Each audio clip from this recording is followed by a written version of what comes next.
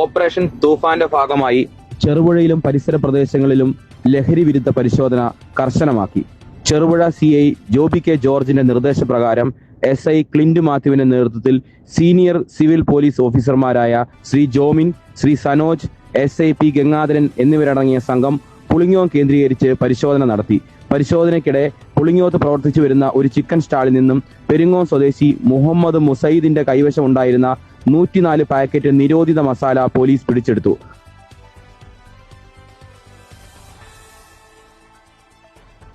സംസ്ഥാന സർക്കാരിന്റെ ഭാഗമായിട്ടുള്ള ഓപ്പറേഷൻ തൂഫാന്റെ ഭാഗമായിട്ട് കേരളത്തിൽ അങ്ങോളം ഇങ്ങോളം ഉള്ള സ്ഥലങ്ങളിൽ റെയ്ഡുകൾ, പരിശോധനകൾ നടന്നു വരുന്നുണ്ട്.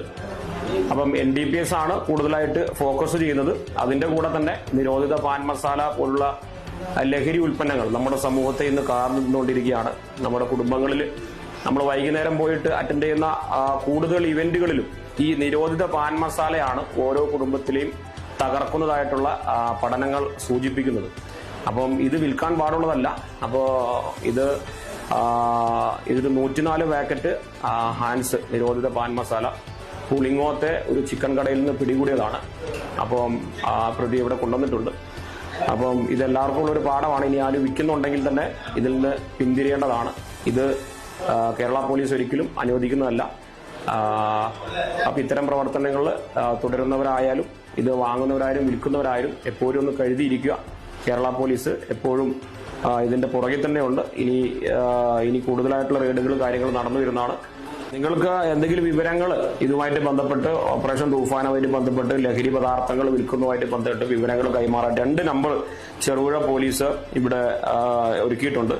അപ്പോൾ ഒന്നാമത്തെ നമ്പർ 9497947288. ഒന്നാമത്തെ നമ്പർ 9497947288. പിന്നെ രണ്ടാമത്തെ ഒരു നമ്പർ 9497980874. 9497980874. അപ്പൊ നിങ്ങൾക്ക് എന്ത് വിവരങ്ങളും ചെറുപുഴ പോലീസുമായിട്ട് ബന്ധപ്പെട്ട് ഓപ്പറേഷൻ തൂഫാനുമായിട്ട് ബന്ധപ്പെട്ട് വിവരങ്ങൾ കൈമാറാവുന്നതാണ്. ഓപ്പറേഷൻ തൂഫാന്റെ ഭാഗമായി വരും ദിവസങ്ങളിലും പരിശോധനകൾ കൂടുതൽ ശക്തമാക്കുമെന്ന് പോലീസ് അറിയിച്ചു. ലഹരി മാഫിയയ്ക്കെതിരെ കർശന നടപടി തുടരുമെന്നും ബന്ധപ്പെട്ട അധികൃതർ അറിയിച്ചു. NDC news Kerala.